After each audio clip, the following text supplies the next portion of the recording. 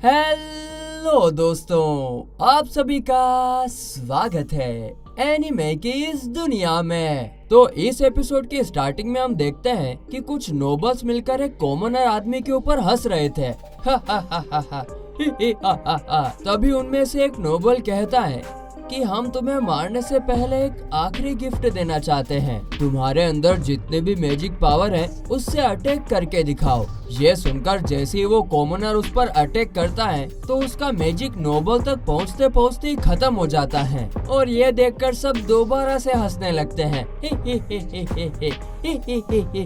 और कहते हैं कि एक कॉमनर के लिए इससे ज्यादा मैजिक करना नामुमकिन है। और बस इतना कहते ही एक नोबल उस कॉमनर पर अपने मैजिक से अटैक कर देता है, जिससे वो कॉमनर चिल्लाने लगता है। लेकिन वो इस दर्द में भी उस नोबल के शानदार मैजिक को एहसास कर पाने के लिए खुश हो रहा होता है और वो सोच रहा था कि भले ही इस मैजिक से मुझे काफी ज्यादा दर्द हो रहा है, लेकिन ये काफी ज्यादा ब्यूटीफुल है।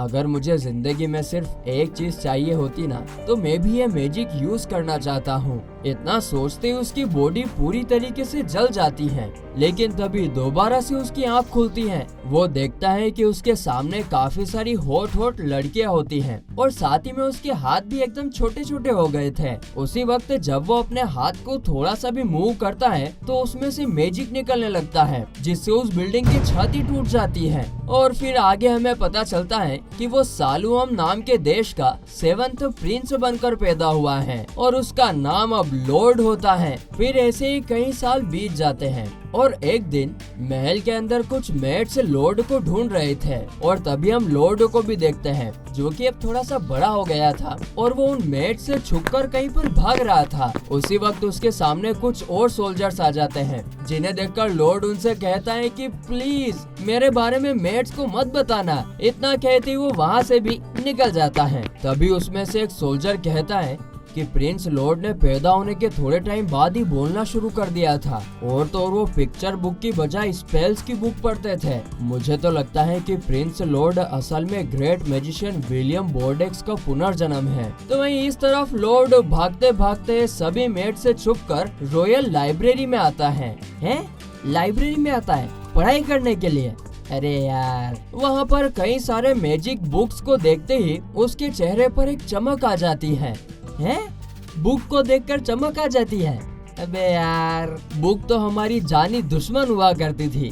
गेम खेलना मस्त लगता था। इसके बाद लॉर्ड शेल्फ में से एक बुक उठाकर पढ़ना स्टार्ट करने वाला था कि तभी एक लड़की जिसका नाम सिल्फा था वो आकर उससे वो बुक छीन लेती है। और फिर अगले सीन में हम देखते हैं कि लॉर्ड और वो आपस में स्वॉर्ड फाइट करने लगते हैं, जहां हम देखते हैं कि लॉर्ड स्वॉर्ड फाइट में भी सिल्फा को काफी अच्छी टक्कर दे रहा था, मगर फिर भी सिल्फा उस पर भारी पड़ रही थी। और उसी स्वॉर्ड फाइट के बीच लॉर्ड कहता है कि देखो, मुझे नहीं लगता कि 7th प्रिंस होने के नाते मुझे नेक्स्ट किंग होने का मौका भी मिलेगा, तो ऐसे में मुझे स्वॉर्ड ट्रेनिंग करने का कोई फायदा नहीं है यार। ये सुनकर सिल्फा कहती है कि स्वॉर्ड सीखना सिर्फ किंग बनने के लिए जरूरी नहीं है। रॉयल फैमिली का हिस्सा होने के नाते आपको स्वॉर्ड चलाना आना चाहिए। मुझे आपकी ट्रेनिंग की जिम्मेदारी मिले हुए 3 साल हो गए हैं और इस वजह से अब ये मेरी लाइफ का एक मकसद बन गया है। और अब ये सब सुनकर लॉर्ड सोचता है कि यार, अभी अगर मैं इसके साथ अच्छे से फाइट नहीं करूंगा ना, तो ये मुझे यहाँ से निकलने भी नहीं देगी।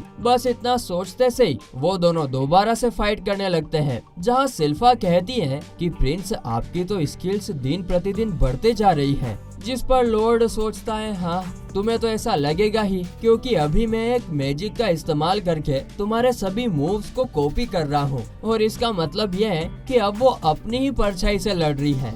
अरे आम शब्दों में बोला जाए तो मैं चीटिंग कर रहा हूँ।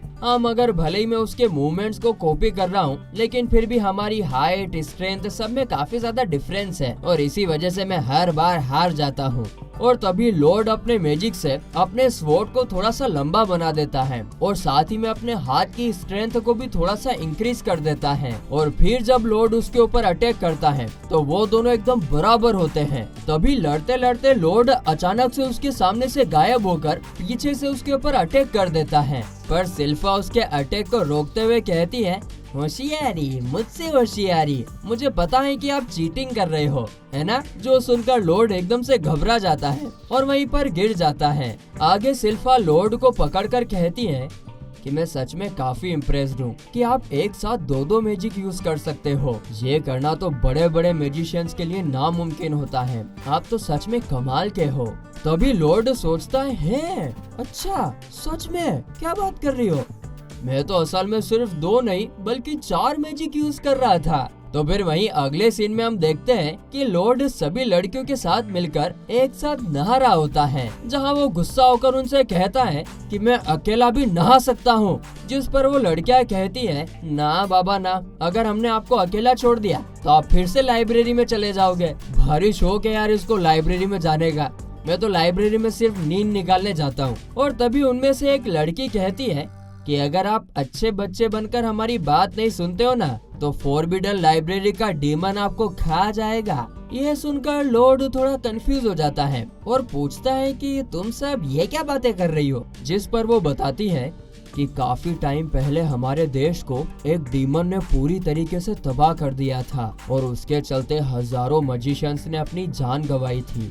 मगर फिर आखिर में हम उस डीमन को सील करने में कामयाब हो गए थे और उस डीमन का नाम ग्रीमो होता है। तभी लॉर्ड अपना मुंह पानी के अंदर डाल लेता है, जो देखकर सबको लगता है कि वो डर गया है और फिर इसीलिए सारी लड़कियां आपस में लड़ने लगती हैं कि लॉर्ड रात को किसके साथ सोएगा। मगर तभी इसी मौके का फायदा उठाकर लॉर्ड वहाँ से पतली गली पकड़कर निकल लेता है और इस फॉरबिडन लाइब्रेरी में जाने के लिए वो काफी ज्यादा एक्साइटेड होता है।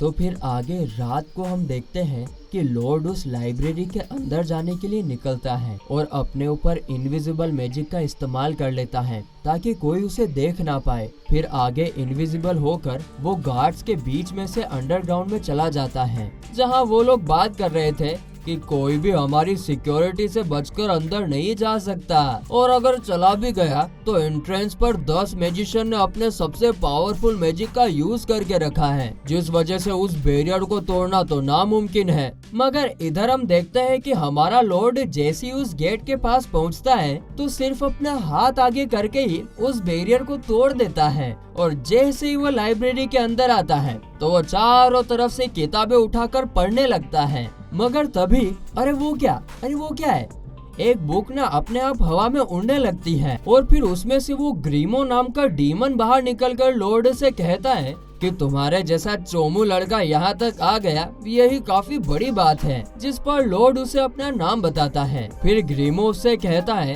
कि क्यों ना तुम मेरी सील को तोड़ दो, वैसे भी ये आज नहीं तो कल टूटने ही वाला है, पर अगर तुम आज इसको तोड़ते हो तो मैं इसके बदले में तुम्हें काफी सारे गोल्ड दूंगा। तभी लॉर्ड उसके एक गोल्ड को हाथ में पकड़कर कहता है, अबे अगर तुम्हें मुझे उल्लू ही बनाना था तो थोड़ा बेहतर इल्यूजन मैजिक का इस्तेमाल कर लेते यार। ऐसे धूल मिट्टी के गोल्ड को बनाकर तुम क्या ही साबित करना चाहते हो? यह सुनकर उस ग्रीमो का खोपड़ा खुल जाता है। अरे तेरी तो। फिर आगे लॉर्ड उससे कहता है कि मैं वैसे भी तुम्हारे ऊपर एक और सील लगाने वाला हूँ ताकि कितना भी टाइम हो जाए तुम यहाँ से बाहर ही ना निकल पाओ। ये सुनकर ग्रीमो कहता है, अरे नहीं, देखो अगर तुम मुझे आजाद कर देते हो ना तो मैं तुम्हें एंशिएंट मैजिक सिखाऊंगा जो सालों पहले ही गायब हो चुका है। बस मैजिक का नाम सुनते ही लॉर्ड तो एकदम खुश हो जाता है और ये देखकर तो ग्रीमो उसे और मक्खन लगाते हुए कहता है कि देखो मुझे अच्छे से पता है कि तुम्हारे अंदर ना काफी ज्यादा मैजिक का टैलेंट है। जिस पर लॉर्ड कहता है कि अरे हाँ, ये तो तुमने सही कहा, मैं ना आम मैजिशियन से काफी ज्यादा टैलेंटेड हूँ। अब ये सुनकर ग्रीमो को लग रहा था कि ये लड़का तो काफी ज्यादा ही हवा में उड़ रहा है। मगर फिर तभी लॉर्ड अपने मैजिक से उसकी सील को तोड़कर उसे आजाद कर देता है और कहता है कि प्लीज अब तुम अपना प्रॉमिस पूरा करो और मुझे एंशिएंट मैजिक सिखाओ। जिस पर ग्रीमो लॉर्ड को कुछ सिखाता फिखाता तो नहीं है और उस पर एक काफी खतरनाक अटैक कर देता है और इससे पूरी की पूरी लाइब्रेरी में तहलका मच जाता है। अब इसके बाद ग्रीमो वहाँ से बाहर निकलने का सोच ही रहा होता है कि लॉर्ड उसके मैजिक को एब्जॉर्ब कर लेता है। साथ ही वो अपने एक बैरियर के अंदर रहकर उसकी मैजिक से बच भी जाता है। इसके बाद लॉर्ड उससे कहता है कि भाई साहब, तुम्हारा मैजिक तो काफी शानदार था, लेकिन क्या तुम कुछ और करके दिखा सकते हो? जिस पर ग्रीमो काफी ज्यादा गुस्सा होता है और दोबारा से लॉर्ड के ऊपर अटैक कर देता है। पर उसके अटैक्स लॉर्ड के बैरियर का बाल भी बांका नहीं कर पा रहे थे। उल्टा अब लॉर्ड उसके मैजिक को अपनी उंगली पर पकड़कर देखने लगता है और कहता है कि क्या तुम्हें सिर्फ इतना ही आता है बस? और यह सुनकर ग्रीमो का गुस्सा तो हद से ज्यादा बढ़ जाता है और इसीलिए वो अपनी पूरी ताकत से अपना सबसे पावरफुल अटैक कर देता है। पर उसका ये अटैक भी लॉर्ड के बैरियर को तोड़ नहीं पाता है। साथ ही हम देखते हैं कि लॉर्ड तो उसके मैजिक को काफी ध्यान से एनालाइज भी कर लेता है और ये देखने के बाद तो अब ग्रीमो भी समझ जाता है कि लॉर्ड से पंगा लेना तो उसे महंगा पड़ सकता है भाई साहब, और इसीलिए वो वहाँ से रफू चक्कर होने की कोशिश करता है। पर लॉर्ड ने हर तरफ बैरियर बनाकर उसे वहीं पर बंद कर दिया था। इसके बाद हम देखते हैं कि ग्रीमो दोबारा से उसके ऊपर अटैक करने का सोचता है, जिस पर लॉर्ड उसे रोकते हुए कहता है, अरे ओ रुक जाओ यार, मैंने इस अटैक को एनालाइज कर लिया है, इसीलिए तुम्हें दोबारा दिखाने की जरूरत नहीं है।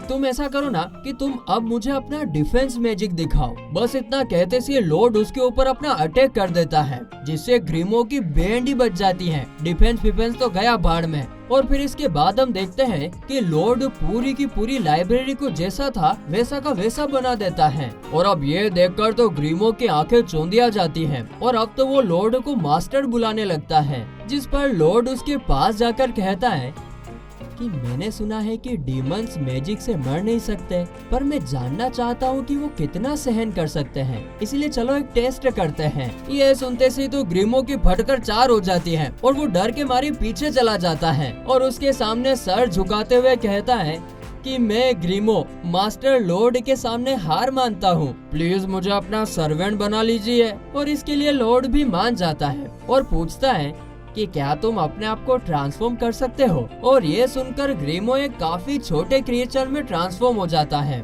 और लॉर्ड उसे अपने कपड़ों के अंदर जाने के लिए कहता है, जिस पर ग्रीमो सोचता है कि शायद इसे पता नहीं है, पर अगर मैं उसके इतना करीब जाऊंगा तो उसकी बॉडी को बड़ी आसानी से कंट्रोल कर पाऊंगा। हालांकि फिर जब वो उसकी बॉडी के पास जाता है तो लॉर्ड का मैजिक पावर देखकर उसके सारे इरादे चकनाचूर हो जाते हैं और वो डर के मारे कांपने लगता है। तो इस एपिसोड की स्टार्टिंग में हम लॉर्ड के बड़े भाई एल्बर्ट को देखते हैं, जो कि इस देश का सेकंड प्रिंस होता है। वो तैयार होकर लॉर्ड के पास जा रहा होता है और ये देखकर ग्रीमो लॉर्ड के कपड़े के अंदर छुप जाता है। अगले सीन में हम देखते हैं कि एल्बर्ट अपने मैजिक की प्रैक्टिस कर रहा होता है, जहाँ वो टारगेट्स पर अपने मैजिक से फायर करता है और ये देखकर सभी मेट्स और सर्वेंट्स उसकी तारीफ करते हैं। वाह वाह वाह वाह महाराज, आप तो कितने अच्छे हो। आगे ग्रीमो जब उसके बारे में पूछता है तो लॉर्ड उसे बताता है कि एल्बर्ट काफी स्मार्ट है और तो और वो फ्यूचर किंग बनने की भी पूरा लायक है और वो कभी कभार मुझे अपने साथ ट्रेनिंग करने के लिए बुला लेता है।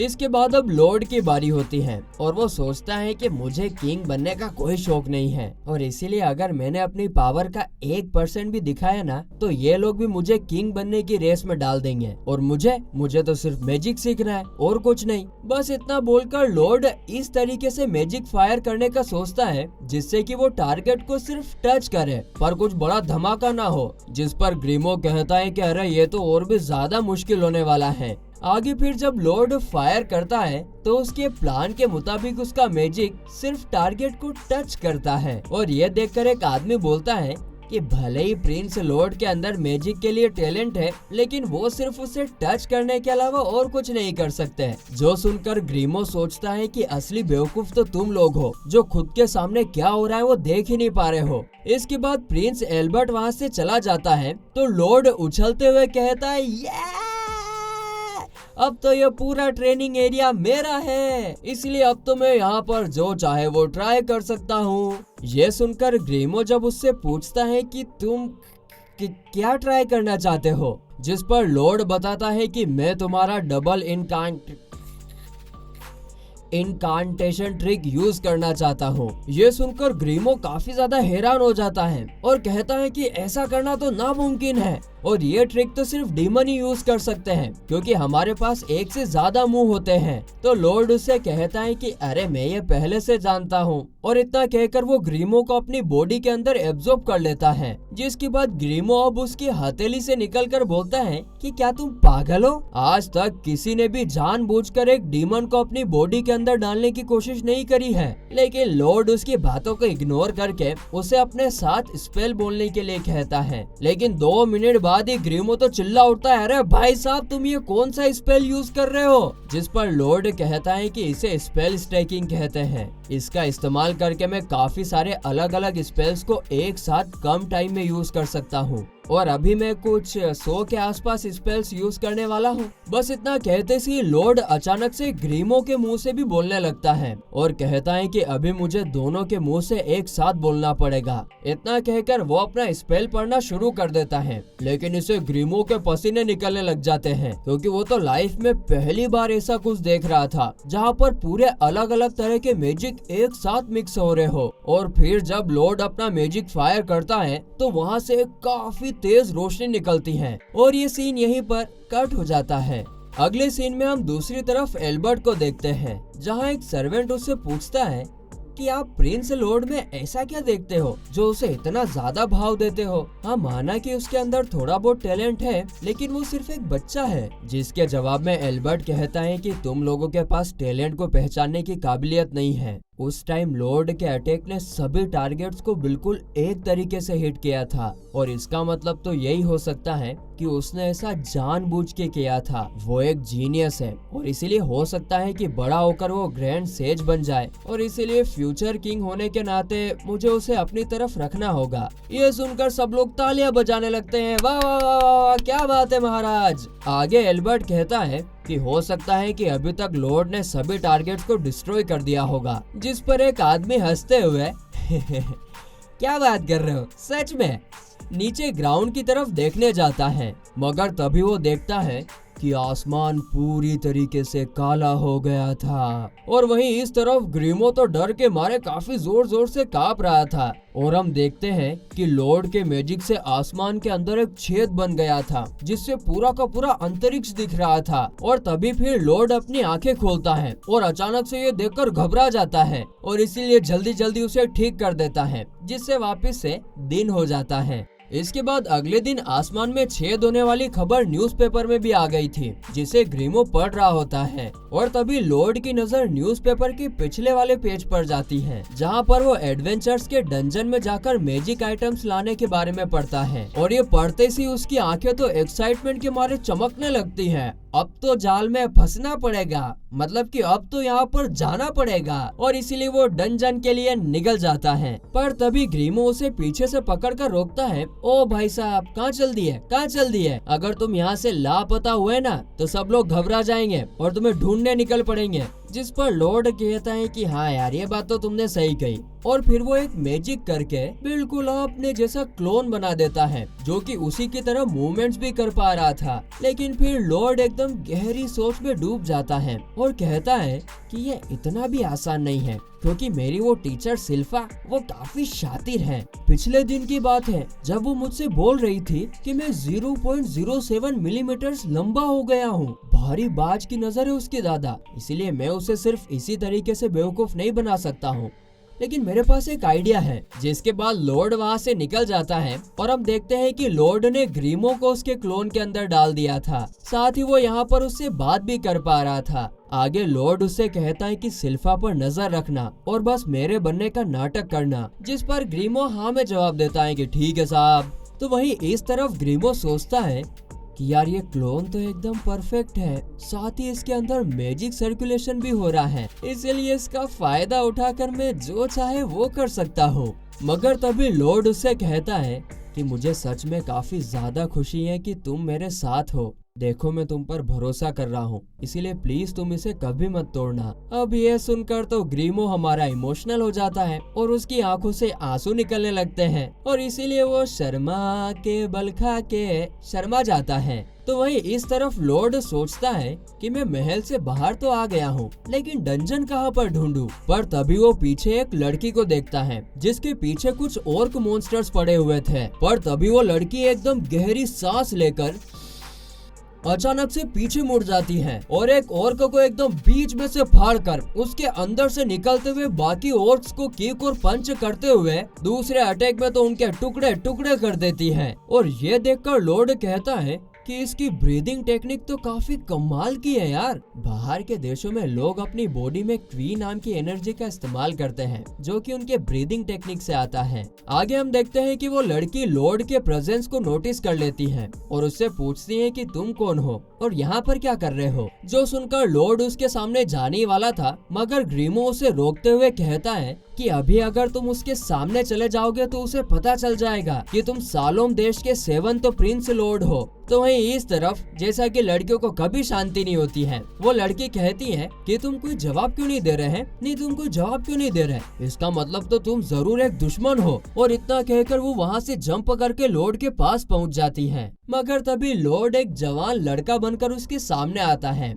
और कहता है कि मेरा नाम रॉबर्ट है। और उसको देखते ही उस लड़की के तूने मारी एंट्री यारे दिल में बजी घंटी यारे टंग टंग टंग, उसके दिल की घंटी बज जाती है और वो शर्म के मारे अपना मुंह छुपा लेती है। इस तरफ लॉर्ड सोचता है हश, अच्छा हुआ मैंने डबल स्पेल का इस्तेमाल करके एल्बर्ट और मेरी बॉडी को मिला लिया और इस बॉडी में ट्रांसफॉर्म कर लिया। फिर आगे वो लड़की कहती है कि मेरा नाम ताओ है और मैं एक बी रैंक की एडवेंचरर हूँ। हम देखते हैं कि मन ही मन ताओ के मन में लड्डू फूट रहे थे और वो सोच रही थी यार ये लड़का तो कितना हॉट है। कितने दिनों से मैं एक अच्छे लड़के को ढूंढ रही थी पर आज तक मुझे कोई नहीं मिला, मगर लगता है कि आखिरकार मेरा टाइम आ गया है और इसीलिए मैं इसे अपना बॉयफ्रेंड बनाने वाली हूँ। तभी लॉर्ड उससे पूछता है कि वैसे मैं सोच रहा था कि हम एक साथ एक डंजन के अंदर जाते हैं, जिस पर ताओ तुरंत मान जाती है हाँ चलो चलो चलो।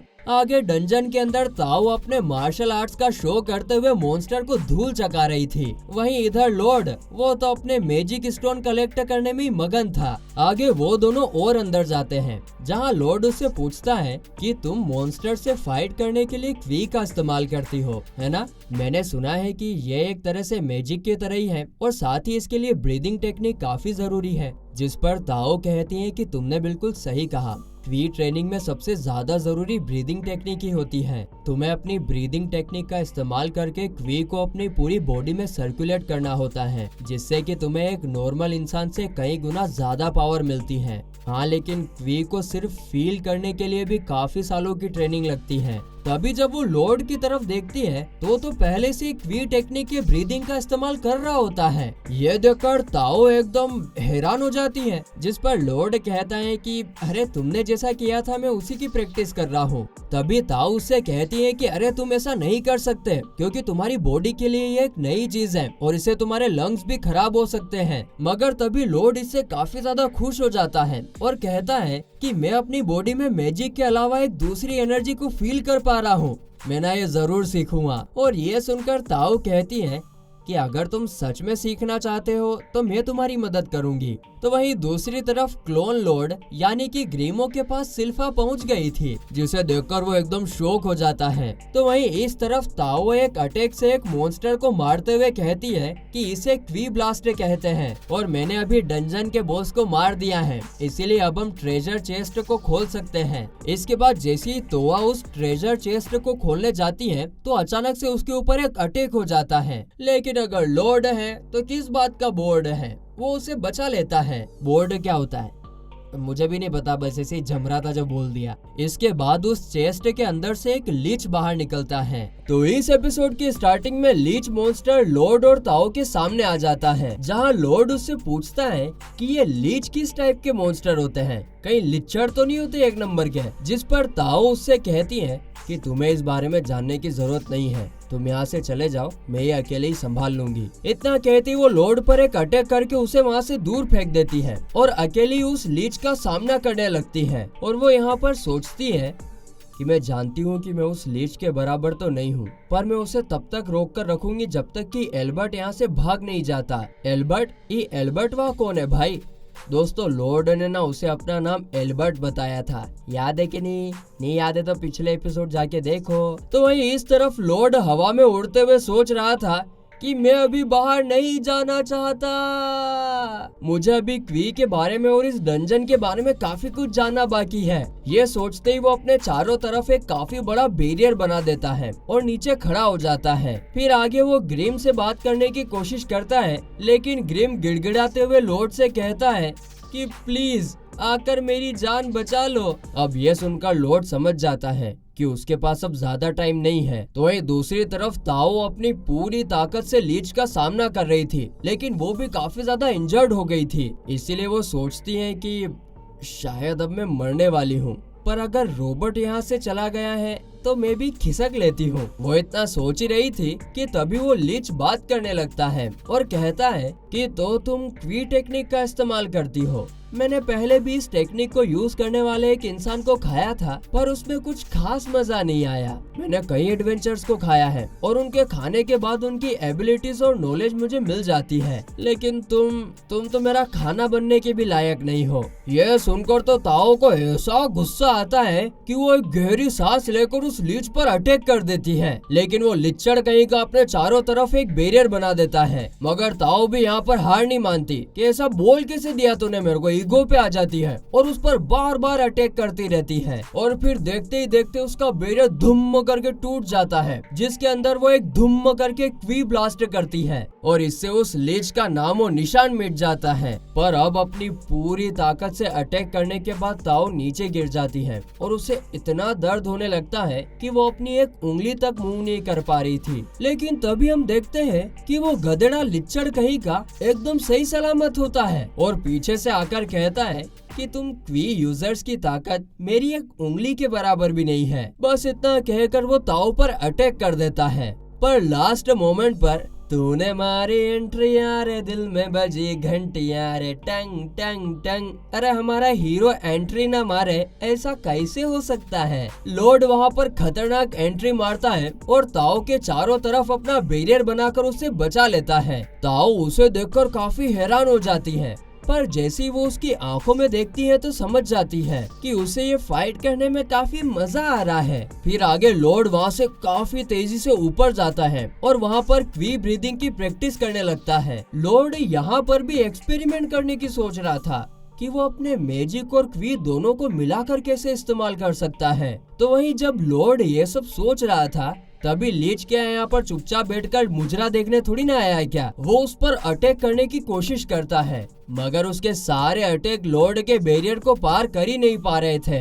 तो वहीं इस तरफ लॉर्ड वो अपना मस्त एक्सपेरिमेंट करने में बिजी है। लॉर्ड को ना ताओ की एक बात याद आती है, जहाँ उसने उसे फोकस के साथ अंदर सांस लेने के लिए बोला था और इसीलिए फिर वो गहरी गहरी सांसें लेने लगता है, लेकिन उसके बैरियर की वजह से ना उसे ज्यादा हवा मिल नहीं पा रही थी, इसीलिए वो अपना बैरियर को तोड़ देता है। इधर लीच को ये देखकर लगता है कि बैरियर उसके अटैक की वजह से टूटा है और इसीलिए उसको ज्यादा होशियारी आ जाती है कि मैं तो बहुत ही खतरनाक हूँ और फिर वो एक आखिरी अटैक करके उसका खेल खत्म करने का सोचता है। मगर लॉर्ड तो बीच हवा में भी उसके अटैक से बड़ी आसानी से बच रहा था और बस इतना ही नहीं, लॉर्ड उसके अटैक से बचने के साथ साथ क्वी की ट्रेनिंग भी कर रहा होता है। वो अपनी बॉडी के अंदर मैजिक और क्वी दोनों को एक अटैक में ट्रांसफॉर्म करने की कोशिश कर रहा होता है और फिर थोड़ी देर बाद हम देखते हैं कि लॉर्ड उसमें कामयाब भी हो जाता है और इसीलिए पहले वो एक छोटा सा अटैक करके उस लिच्चड़ के सभी अटैक्स को खत्म कर देता है और इसके बाद वो थोड़ा और खतरनाक अटैक करने की कोशिश करता है।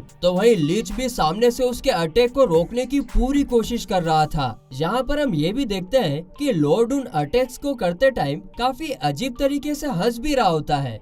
ही रे हा रे हा रे हा, ही रे हा रे हा रे हा, जिससे हम समझ पाते हैं कि उसे इस फाइट में काफी ज्यादा मजा आ रहा है। लॉर्ड को तो मजा आ रहा था, लेकिन वही दूसरी तरफ लीच जब लॉर्ड के अटैक का सामना कर रहा था तो उनको देखकर तो उसकी रूह कांप जाती है, क्योंकि ऐसा कुछ उसने अपनी पूरी लाइफ में पहले कभी नहीं देखा। साथ ही हर अटैक के साथ ये और भी पावरफुल बनते जा रहा था। उसी वक्त फिर लॉर्ड अपना एक आखिरी अटैक करता है, जिसके असर से उस लीच का बैरियर, वो खुद लिच्चड़, साथ ही उसके पीछे की दीवारें सब दो हिस्सों में टकाटक टकाटक टकाटक कट जाते हैं। फिर फाइट खत्म होने के बाद ताओ और लॉर्ड साथ में वहाँ के ट्रेजर बॉक्स में देखते हैं तो उसमें एक पुराना जंग लगा हुआ नाइफ मिलता है, जिसे देखकर लॉर्ड पूछता है कि क्या मैं ये अपने पास रख सकता हूँ, जिस पर ताओ मान जाती है। तभी हम देखते हैं कि वो ट्रेजर चेस्ट जमीन के अंदर दफन होने लगता है और पूरे डंजन की जमीन कांपने लगती है, जिस पर ताओ बताती है कि जब हम एक ट्रेजर को लेते हैं तब वो डंजन बंद हो जाता है।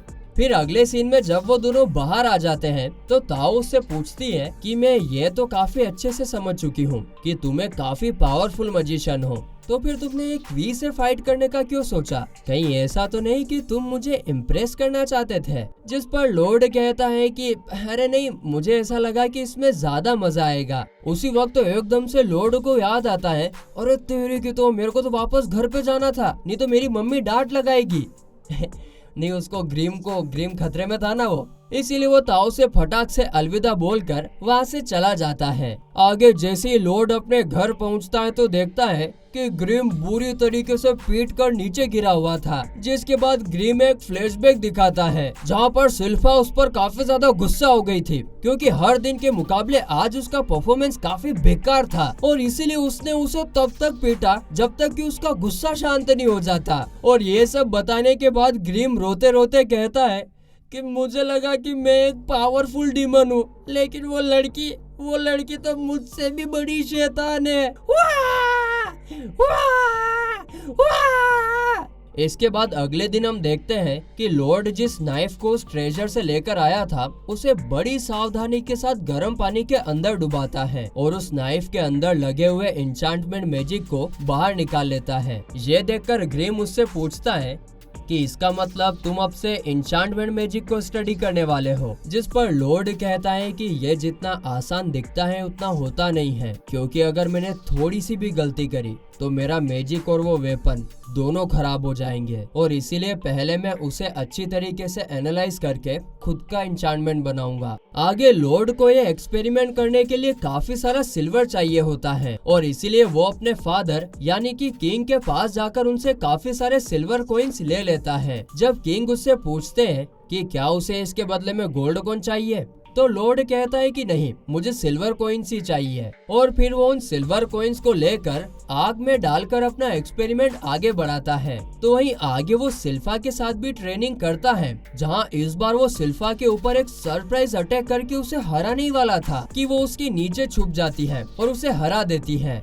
आगे सिल्फा एक बोतल में उसे काफी सारा ऑयल देती है जो कि उसी ने उससे मांगा होता है और ये ऑयल लेकर भी लॉर्ड उसे अपने एक्सपेरिमेंट में शामिल कर देता है। फिर इसके बाद वो अपने बड़े भैया एल्बर्ट के पास जाकर उससे काफी सारे वेपन्स मांगता है ताकि वो उन पर अपने इंचांटमेंट से टेस्ट कर सके। जो सुनकर होशियारी एल्बर्ट बहुत खुश होता है और अपने गार्ड से पूछता है कि क्या कोई मेरे छोटे भाई को अपना वेपन इंचांट करने के लिए दे सकता है, जिस पर सभी गार्ड्स वहाँ पर काफी सारे स्वॉर्ड्स रख देते हैं। और तभी हम उन गार्ड्स को बात करते हुए सुनते हैं, जिनमें से एक गार्ड कहता है कि मैंने ये स्वॉर्ड आज ही खरीदा था, तो दूसरा गार्ड उसे जवाब देते हुए कहता है कि अब बोलने का कोई फायदा नहीं है, इंचांटमेंट मैजिक एक काफी ज्यादा डिफिकल्ट मैजिक है और तो और हम ये एक 10 साल के बच्चे के हाथ में दे रहे हैं, मतलब कि तुम ये अब अच्छे से समझ जाओ कि अब ये वेपन्स वापस नहीं मिलने वाले हैं। आगे लॉर्ड उन वेपन्स के ऊपर इंचांटमेंट लिखना शुरू करता है, जो देखकर ग्रीम शॉक हो जाता है क्योंकि लॉर्ड सिर्फ एक नहीं बल्कि एक के ऊपर एक काफी सारे लेयर्स के इंचांटमेंट कर रहा था और इस वजह से वो स्वॉर्ड वहीं पर टूट जाती है और फिर ऐसे ही वो एक एक करके सभी स्वॉर्ड्स पर मैजिक करना शुरू कर देता है,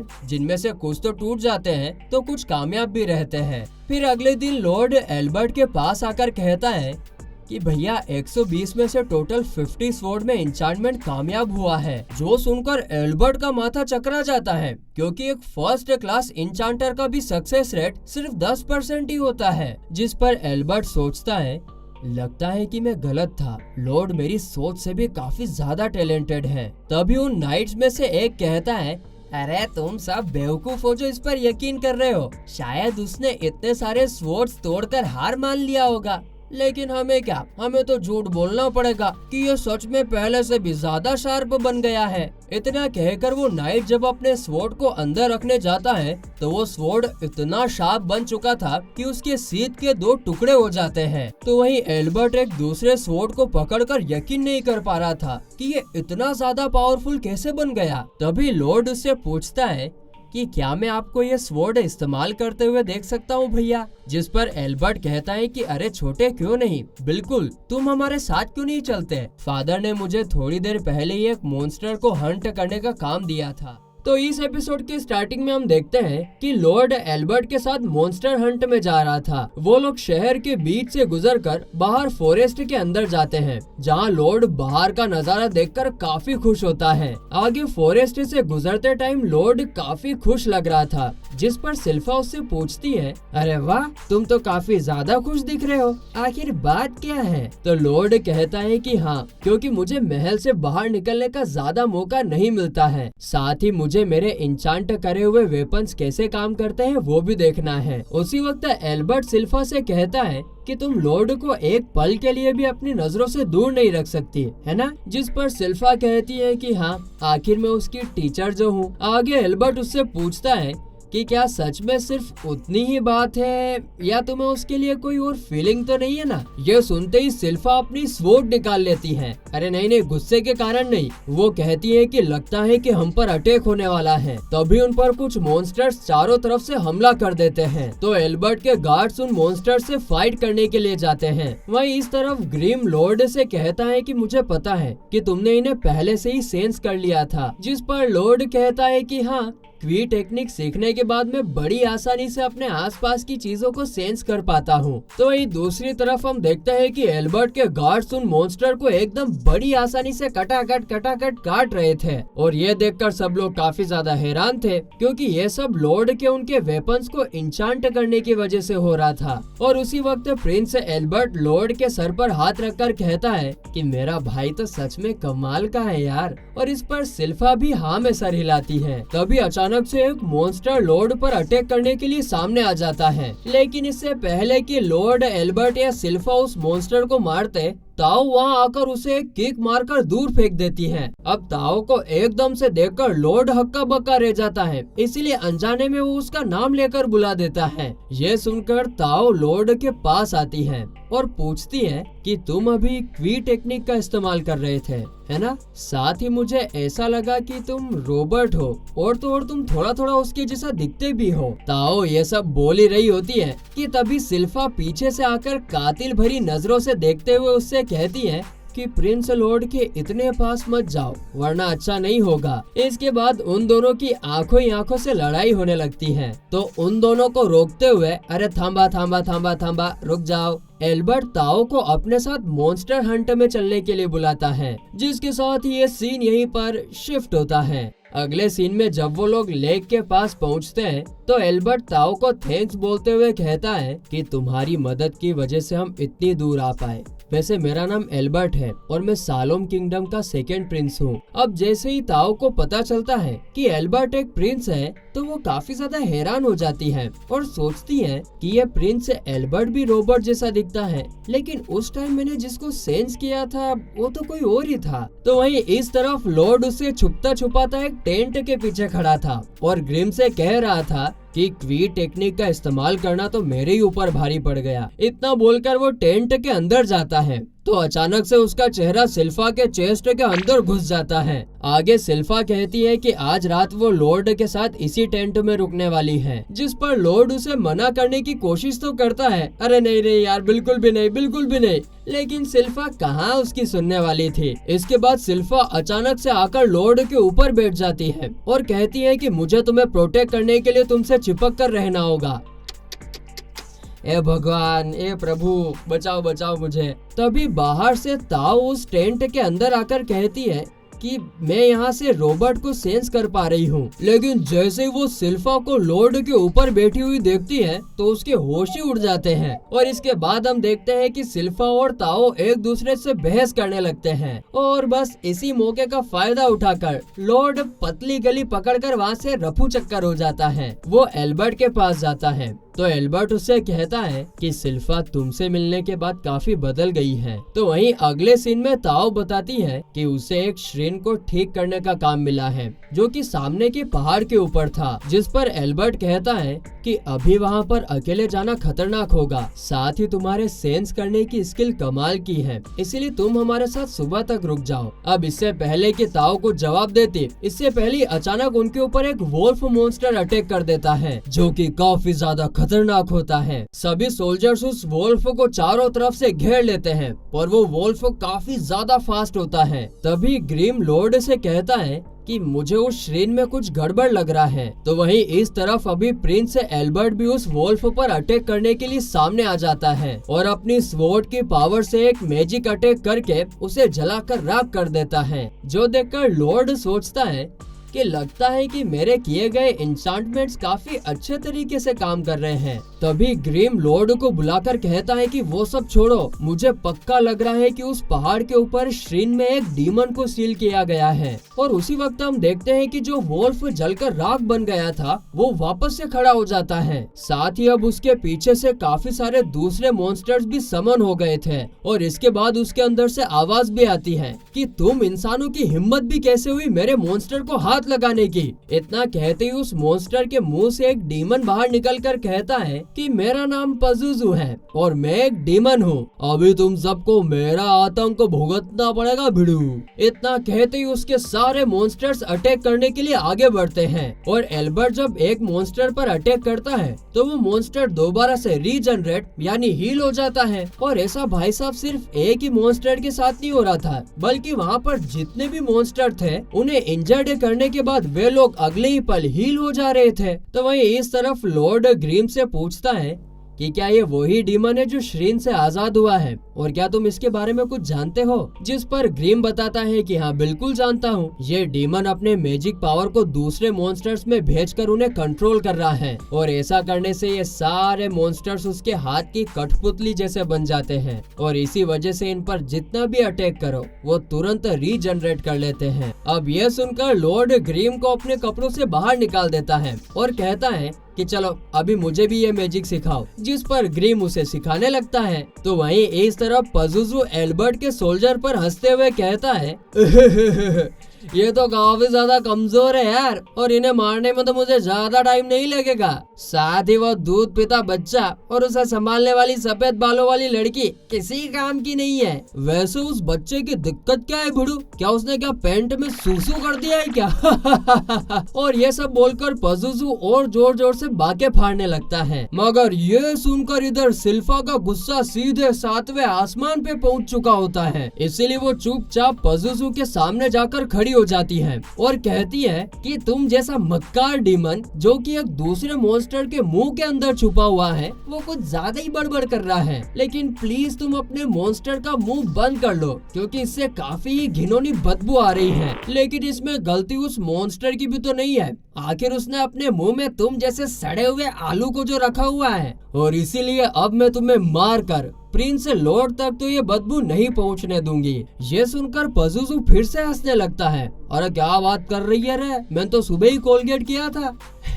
मजाक। और फिर वो कहता है कि तुम्हें शायद अंदाजा नहीं है लेकिन मैं अपने मॉन्स्टर को जितना चाहे उतना हील कर सकता हूँ और इसका मतलब यह है सॉरी कि इन्हें मारना नामुमकिन है। अब हमारा पज्जू इतना पकड़ पकड़ कर ही रहा था कि सिल्फा उससे कहती है कि मैंने अभी तुम्हें अपना मुंह बंद रखने के लिए बोला था ना, लगता है तुम्हें बात समझ नहीं आती। ये सुनते ही पजुजू उसके ऊपर अटैक कर देता है, लेकिन इससे पहले सिल्फा पजुजू के चारों पैर को काट देती है। अब इसके बाद पजुजू अपने आप को हील करने लगता है, मगर तभी बाकी सभी मॉन्स्टर भी मूव करना बंद कर देते हैं और साथ ही वो रीजनरेट होना भी बंद कर देते हैं। और ये देखकर इधर एल्बर्ट समझ जाता है कि जब पजुजू खुद को हील कर रहा होता है तब वो बाकी मॉन्स्टर को हील नहीं कर सकता है। तो वहीं दूसरी तरफ अपना लॉर्ड ग्रीम के सिखाए हुए मैजिक को पूरी तरीके से सीख चुका होता है और तभी वहाँ पर सिल्फा और पजुजू फाइट करते करते पहुँच जाते हैं। आगे फिर सिल्फा लॉर्ड के एक इंचांट करे हुए स्वॉर्ड को पकड़कर उससे फाइट करने का डिसाइड करती है। तो वहीं पजुजू कहता है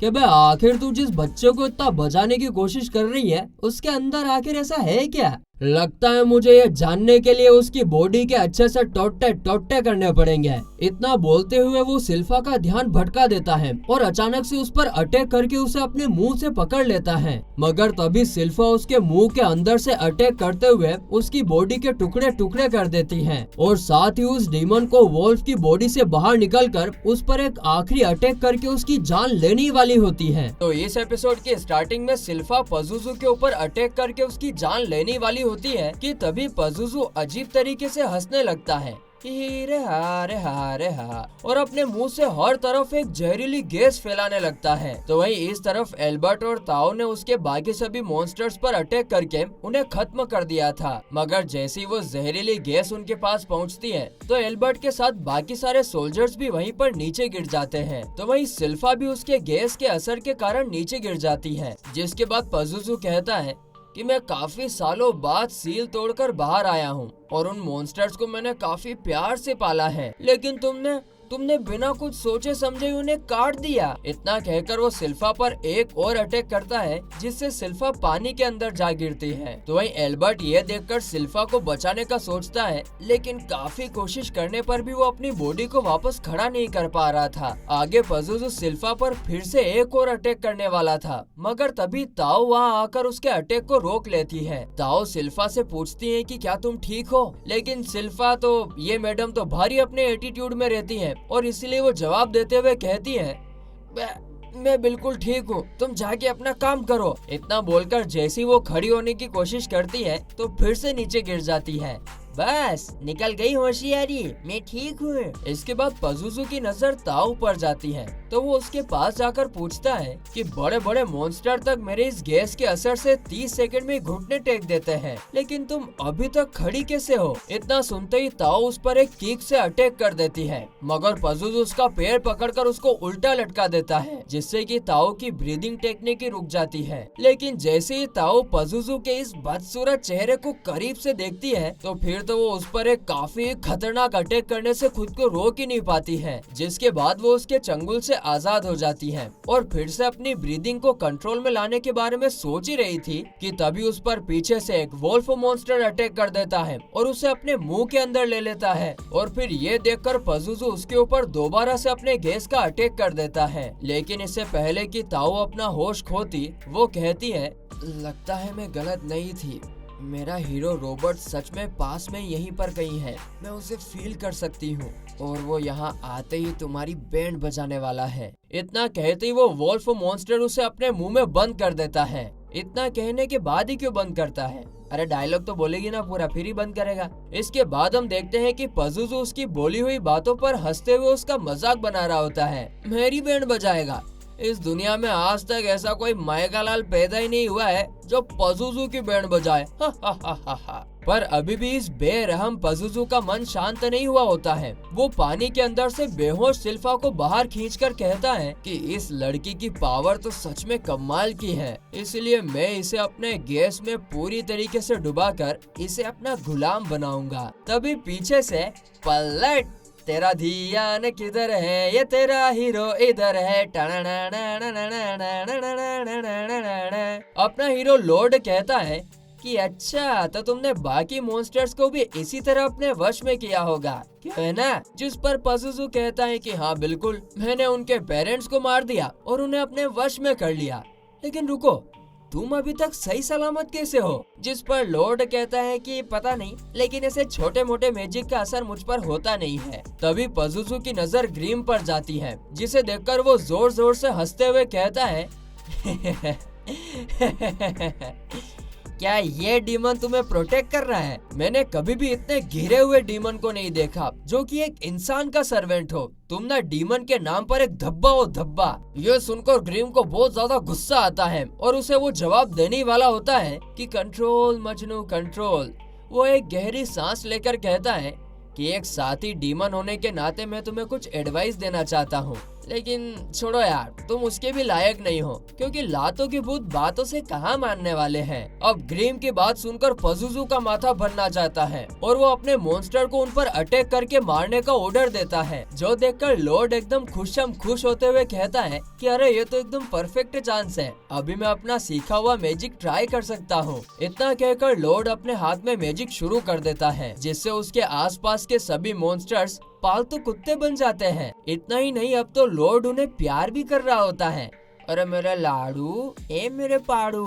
फिर इसके बाद लॉर्ड उस वोल्फ मॉन्स्टर, जो कि अभी एक प्यारा सा पालतू कुत्ता बन गया था, उसके पास जाकर ताओ को अपने मुंह से बाहर निकालने के लिए कहता है, जिस पर वो उसकी बात खुशी खुशी मान लेता है कि ये लीजिए मास्टर। फिर जब वो ताओ को बाहर निकालता है तो उसके सारे कपड़े फट चुके थे, इसीलिए लॉर्ड उसे अपने कपड़े से ढक देता है। तो वहीं इस तरफ बेचारा पजुजू उसकी पावर देखकर हैरानी में था कि इसने भाई साहब एक झटके में सभी मॉन्स्टर्स को अपना पालतू कुत्ता बना लिया। गजब का आदमी यार ये तो। और फिर ये देखकर वो उन पर दोबारा से अपने मैजिक करके अटैक करने की कोशिश करता है और कहता है कि तुम सब जल्दी से होश में आ जाओ, जिसके जवाब में ग्रीम कहता है कि तुम्हें फिक्र करने की जरूरत नहीं है, वो लोग अपने होश में आ चुके हैं और हाँ, उन्हें ये भी याद आ गया है कि कैसे तुमने उनके पेरेंट्स को मारा था। और तभी सारे मॉन्स्टर्स मिलकर पजुजू पर अटैक करने लगते हैं, लेकिन पजुजू उन्हें पकड़कर बेरहमी से मारने लगता है। और फिर वो काफी ज्यादा गुस्सा होकर लॉर्ड से कहता है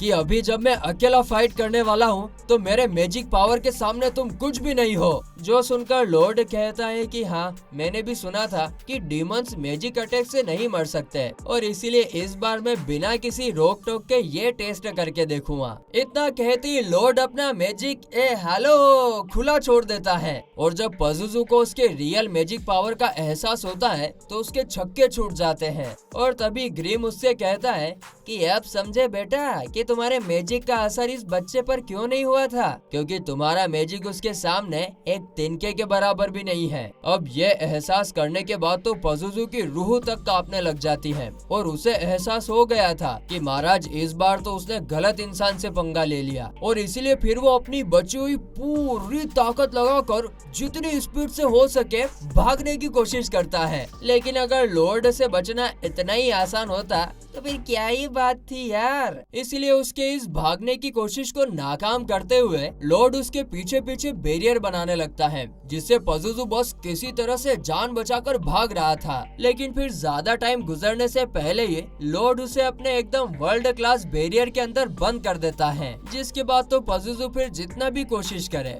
पर बाहर नहीं निकल पाता है। इसके बाद लॉर्ड उस बैरियर के अंदर अपने सभी पावरफुल मैजिक को टेस्ट करने के लिए इनकांटेशन बोलने लगता है, जो देखकर पजुजू की पैंट गीली हो गई थी और इस वक्त उसे अपनी जिंदगी के हर एक कर्मों पर रिग्रेट हो रहा था कि आखिर उसने इतना क्या बुरा किया था जो उसे लॉर्ड का सामना करना पड़ रहा है। आगे देखते ही देखते लॉर्ड अपना इनकांटेशन पूरा कर देता है और 1 मिनट के अंदर 240 स्पेल यूज करने का डिसाइड करता है, जिससे उस बैरियर से डिस्को दीवाने डिस्को लाइट्स जलने लगती है। पर मैजिक शुरू करने के 5 मिनट बाद ही पजुजू अपना दम तोड़ देता है, लेकिन वो तो डीमन है ना, वो तो मरता नहीं है। जिस पर ग्रीम बताता है कि दरअसल मैजिक का असर हम डीमंस पर भी होता है और तुम जितने पावर के साथ उस पर अटैक कर रहे थे उससे तो शायद इस दुनिया के सभी डीमंस मिलकर भी नहीं बच पाएंगे। और उसी वक्त एल्बर्ट और बाकी सभी लोग भी वापस से होश में आने लगते हैं, जो देखकर लॉर्ड जल्दी से एल्बर्ट के पास जाकर बहाना बनाने लगता है और कहता है कि भैया ये सब एक रॉबर्ट नाम के एडवेंचरर ने किया है। तो वहीं इस तरफ ग्रीम पजुजू के आखिरी समय में कहता है कि लोग उसे फॉलो नहीं करते हैं जो हमेशा अपने हार्ड वर्क का ढिंडोरा पीटता रहता है, बल्कि लोग उसे फॉलो करते हैं जिसे अपना काम करने में मजा आता है और इसीलिए सब उस बच्चे को पसंद करते हैं। इतना कहकर वो पजुजू को अपने अंदर एब्जॉर्ब कर लेता है और ये सीन यहीं पर शिफ्ट होता है। फिर अगले सीन में किंग एल्बर्ट को शाबाशी देते हुए कहता है कि तुमने अपने टास्क को पूरा करने के साथ साथ उस डीमन को मारकर बेहतरीन काम किया है। वैसे तुम्हारे साथ जो एडवेंचरर्स थे ताओ और रॉबर्ट, वो दोनों कहाँ पर हैं? जिसके जवाब में एल्बर्ट कहता है कि रॉबर्ट तो हमें होश में आने से पहले ही गायब हो गया था और जब ताओ ने रॉबर्ट का नाम सुना तो वो तो पागल हो गई और उसका नाम लेते हुए फॉरेस्ट के अंदर भाग गई। ये सुनकर किंग कहते हैं कि मुझे इस रॉबर्ट नाम के एडवेंचरर से मिलना था और उसकी पावर्स को परखना था। तभी एल्बर्ट कहता है कि इस मिशन में सबसे ज्यादा मदद लॉर्ड ने की है। हम अगर उन मॉन्स्टर से जिंदा बच पाए हैं तो वो सिर्फ और सिर्फ लॉर्ड के इंचांट किए हुए वेपन्स की बदौलत, और इसीलिए मुझे ये भी लगता है कि लॉर्ड को भी नेक्स्ट किंग के लिए कैंडिडेट बनाना एक काफी सही फैसला रहेगा। ये सुनकर किंग खुश हो जाता है और लॉर्ड से पूछता है कि क्या तुम्हें नेक्स्ट किंग के लिए कैंडिडेट बनना मंजूर है, जिस पर लॉर्ड एक सेकेंड के लिए भी सोचे बगैर कहता है कि बिल्कुल भी नहीं, मैं किंग नहीं बनना चाहता हूँ। तो वहीं अगले सीन में लॉर्ड जिन वोल्फ मॉन्स्टर्स में से एक को उसने पालतू बनाकर रख लिया था उसके साथ खेल रहा होता है। उसी वक्त वहाँ पर सिल्फा आ जाती है, जिसे लॉर्ड बताता है कि मैंने इसका नाम शीरो रखा है। अरे वो शिनचैन वाला शीरो।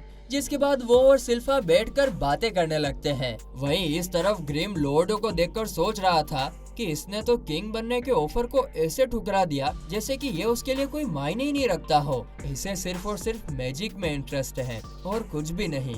तो इस एपिसोड की स्टार्टिंग में हम देखते हैं कि लॉर्ड अपने नए पेट वोल्फ मॉन्स्टर शीरो के साथ खेल रहा होता है। वो उसे अलग अलग करतब करने के लिए बोल रहा था। आगे वो सिल्फा से कहता है कि ये आसान चीजों को तो बड़ी आसानी से कर लेता है, लेकिन जब भी मैं इसे कुछ मुश्किल चीज करने के लिए बोलता हूँ, जैसे कि 3 बार गोल गोल घूमना या फिर 3 बार अलग अलग तरीके से भौंकना, तो ये कर ही नहीं पाता है। मैंने अपने मैजिक से उसे कमांड देकर भी देख लिया, लेकिन वो उसे समझ ही नहीं पाता, बल्कि उल्टा कंफ्यूज हो जाता है। काश कोई ऐसा होता जिसे मॉन्स्टर के बारे में खबर होती तो मैं उससे पूछ सकता। इतना कहकर लॉर्ड और सिल्फा दोनों सोचने लगते हैं और तभी उनके दिमाग में प्रिंसेस अलीजे का ख्याल आता है। आगे वो दोनों प्रिंसेस अलीजे से मिलने के लिए जाते हैं, जहाँ पर ग्रिम पूछता है कि आखिर ये प्रिंसेस अलीजे कौन है, जिस पर लॉर्ड बताता है कि अलीजे मेरी बड़ी बहन है, जो कि इस देश की 6th प्रिंसेस है। वो एनिमल से बहुत ज्यादा प्यार करती हैं, जिसमें सिर्फ कुत्ते बिल्ली नहीं बल्कि पानी में रहने वाले जानवरों से लेकर मॉन्स्टर्स तक सब शामिल हैं। तभी अचानक से अलीजे पीछे से आकर लॉर्ड के ऊपर धप्पा मार देती है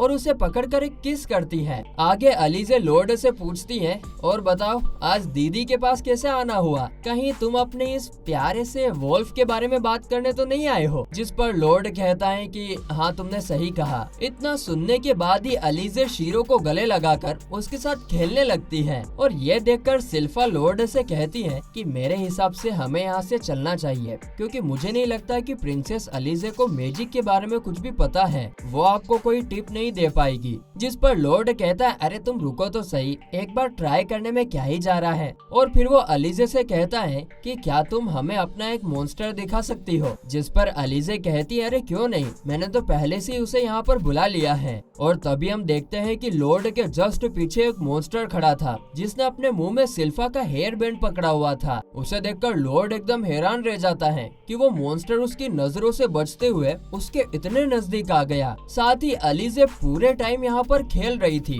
तो उसने उस मॉन्स्टर को कमांड तक नहीं दिया था। और ये सोचकर तो लॉर्ड और एक्साइटेड हो जाता है और अलीजे को उसे ये मैजिक सिखाने के लिए बोलता है। जिस पर अलीजे कहती है कि तुम्हें एनिमल्स को कंट्रोल करने के लिए सिर्फ एक ही चीज चाहिए, और वो है प्यार। अगर तुम्हारे अंदर प्यार है तो तुम किसी भी मॉन्स्टर को समझ सकते हो, और वो भी तुम्हारी मन की बात को अच्छे से समझ सकता है। तभी अलीजे की मेड कहती है कि प्रिंसेस से पूछना बेकार है, क्योंकि उनकी ये एबिलिटी पैदाइशी है और इसीलिए वो खुद नहीं जानती कि वो ये कैसे करती है। लेकिन वहीं इस तरफ लॉर्ड को कुछ तो समझ में आता है और वो कहता है कि मैं शीरो को कमांड दे रहा था, लेकिन मेरी बहन अपने एनिमल्स को कमांड नहीं दे रही, बल्कि वो तो अपनी इच्छा उन सब के साथ बस शेयर कर रही थी। साथ ही में मैंने ये भी महसूस किया है कि जब सारे एनिमल्स उसकी बात मानना शुरू करते हैं, उससे बिल्कुल ठीक पहले अलीजे के दिमाग से माना सीधा बाकियों के दिमाग में जाता है। इतना कहकर लॉर्ड अपने दिमाग में फोकस करने लगता है और सोचता है कि मुझे कमांड देने की बजाय दिमाग में उस कमांड के बारे में सोचकर वो पिक्चर शेयर करना चाहिए। और बस इतना कहकर लॉर्ड शीरो के दिमाग में मैजिक भेज देता है, जिसके तुरंत बाद शीरो लॉर्ड के चारों तरफ 3 चक्कर लगाकर एक बहुत ही ऊंची जंप करता है, जो देखकर लॉर्ड काफी खुश हो जाता है। अरे वाह, ये तो बहुत ही बढ़िया हुआ।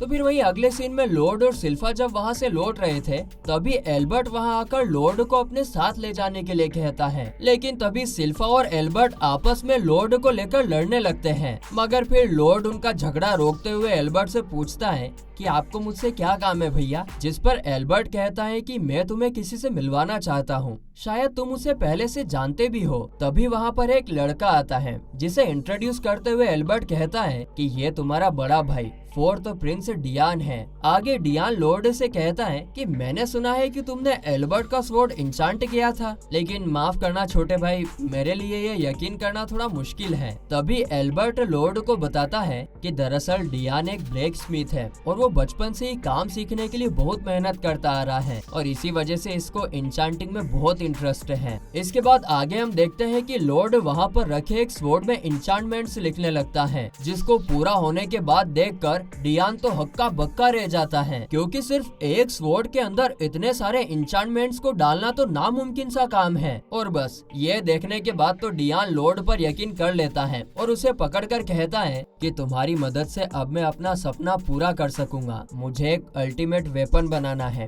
जो कि होनहार ब्लैक स्मिथ और एक इंचांटर मिलकर ही बना सकते हैं। जो सुनकर लॉर्ड भी उसके साथ काम करने के लिए मान जाता है। तो वहीं अगले सीन में वो दोनों काम शुरू करने वाले थे, जहाँ पर लॉर्ड पूछता है कि हम लोग किस तरह का वेपन बनाने वाले हैं, जिसके जवाब में डियान कहता है कि मुझे एक ऐसा स्वॉर्ड बनाना है जिसके अंदर से फायर निकलता हो। और ये सुनकर लॉर्ड उसके मुताबिक एक इंचांटमेंट बनाकर जैसे ही गरम स्टील के ऊपर रखता है तो वो टूट जाता है। और ये देखकर फिर लॉर्ड अपने इंचांटमेंट्स को अलग अलग टुकड़ों में बनाने का सोचता है, लेकिन उसकी सारी कोशिशें नाकामयाब हो जाती हैं। अब ये सब होता हुआ देखकर लॉर्ड को बिल्कुल समझ नहीं आ रहा था कि आखिर वो कहाँ पर गलती कर रहा है। और तभी ग्रीम उसके पास आकर बताता है कि तुम्हें उस माना एसेंस को चेक करना चाहिए। और उसी वक्त डियान भी कहता है कि हाँ, तुम जितना चाहो कोशिश कर सकते हो, क्योंकि मुझे ये माना एसेंस बहुत ही सस्ते में मिले थे। और ये सुनकर जब लॉर्ड उस माना एसेंस को प्योरीफाई करके चेक करता है तो वो देखता है कि ये तो एकदम घटिया क्वालिटी का माना एसेंस है, जो कि उनके इंचांटिंग के लिए काफी नहीं है। अब ये देखकर लॉर्ड सोचता है कि मुझे प्योर माना एसेंस के लिए मॉन्स्टर का कोर चाहिए होगा और इसके लिए शायद दोबारा से किसी डंजन में घुसना पड़ेगा। तभी सिल्फा कहती है कि अगर आप चाहो तो मेरे साथ डंजन में जा सकते हो, क्योंकि मैंने पहले से ही किंग से परमिशन ले ली है। फिर अगले सीन में वो दोनों एडवेंचर गिल्ड के अंदर जाते हैं, जहाँ पर काउंटर में एक कैथरीना नाम की लड़की होती है। वो लॉर्ड को एक फॉर्म फिल करके उसमें अपना नाम, उम्र और बाकी सारी चीजें लिखने के लिए देती है, जिस पर सिल्फा कहती है कि आप चाहो तो अपना असली नाम भी लिख सकते हो, उसमें कोई दिक्कत नहीं है। आगे लॉर्ड उसमें अपनी सारी डिटेल्स भर देता है और इसके बाद अब उसे एक क्रिस्टल बॉल के ऊपर अपना हाथ रखकर अपने माना को मेजर करना था। तो वहीं क्रिस्टल बॉल को देखते ही लॉर्ड को अपनी पुरानी जिंदगी याद आ जाती है, जहाँ पर जब उसने क्रिस्टल बॉल में अपना हाथ रखा था तो उसका मैजिक पावर एकदम ना के बराबर था। मगर इस बार अगर वो अपना हाथ इस पर रखेगा तो हो सकता है कि ये क्रिस्टल बॉल उसके मैजिक को सहन ही ना कर पाए और एक धमाका हो जाए, और इससे तो सबको उसके बारे में पता चल जाएगा। ये सोचते सोचते वो अपने मैजिक को जितना हो सके पूरी ताकत से कंप्रेस करने की कोशिश करता है और सिर्फ थोड़ा सा मैजिक निकालता है, जिससे उसका ओवरऑल रैंक ई आता है।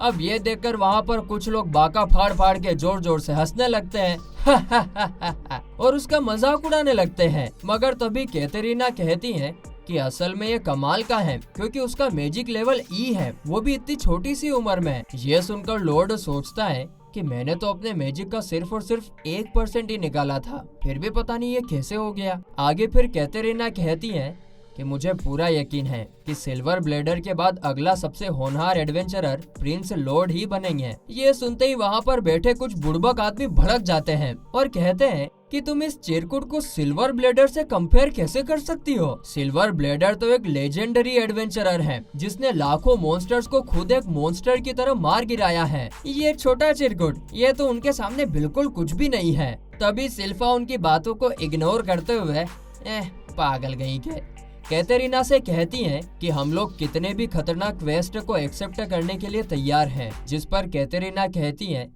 कि एक हाई लेवल क्वेस्ट को एक्सेप्ट करने के लिए कम से कम एक बी रैंक के एडवेंचरर का होना तो जरूरी है। जिसके जवाब में सिल्फा कहती है कि अगर ऐसा है तो मैं वापस से खुद को रजिस्टर कर लूंगी। लेकिन तभी एक आदमी सिल्फा के कंधे पर हाथ रखकर कहता है कि क्या तुम भी इतनी हॉट लड़की होकर इस बच्चे के पीछे पड़ी हो? जरा हमारे साथ भी तो आकर देखो हम तुम्हें कितना मजा दिलाते हैं। वो इतना बोल ही रहा था कि तभी हवा की रफ्तार से सिल्फा अपने स्वॉर्ड से उस आदमी की मूंछ काट देती है, जिसे देखकर कैथरीना कहती है कि आप लोगों ने गलत लड़की के तार छेड़ दिए भाई साहब, क्योंकि तुम लोग जिस सिल्वर ब्लेडर की बात कर रहे थे वो यही है, सिल्फा द सिल्वर ब्लेडर। अब आगे कैथरीना बताती है कि दोबारा रजिस्ट्रेशन करते टाइम तो तुम्हारा पुराना रैंक अभी 2 लेवल से नीचे गिर जाएगा, जिससे तुम्हारा रैंक C हो जाएगा। तभी पीछे से वहाँ पर ताओ आ जाती है और कहती है कि अगर तुम चाहो तो मैं तुम्हारी मदद कर सकती हूँ, जिसे देखते ही सिल्फा लॉर्ड को लेकर वहाँ से जाने लगती है। तभी ताओ उन्हें रोकती है, जिस पर सिल्फा उससे पूछती है कि माफ करना, मुझे लगा था कि तुम रॉबर्ट नाम के लड़के को ढूंढ रही हो। जिस पर ताओ कहती है हाँ, लेकिन मुझे उसका कोई ठिकाना नहीं मिला और इसीलिए अब मैं चाहती हूँ कि तुम मुझे एल्बर्ट से इंट्रोड्यूस करवाओ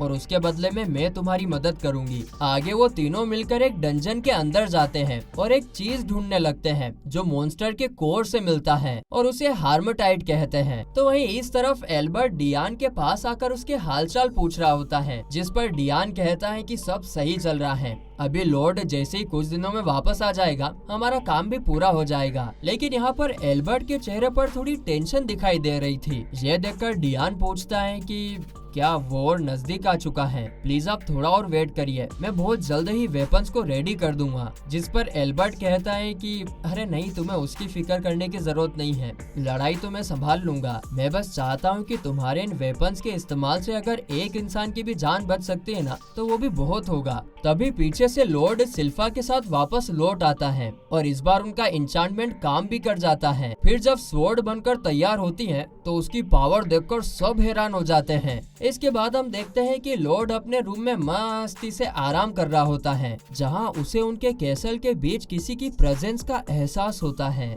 और बस इसी के साथ ये एपिसोड यहीं पर खत्म होता है।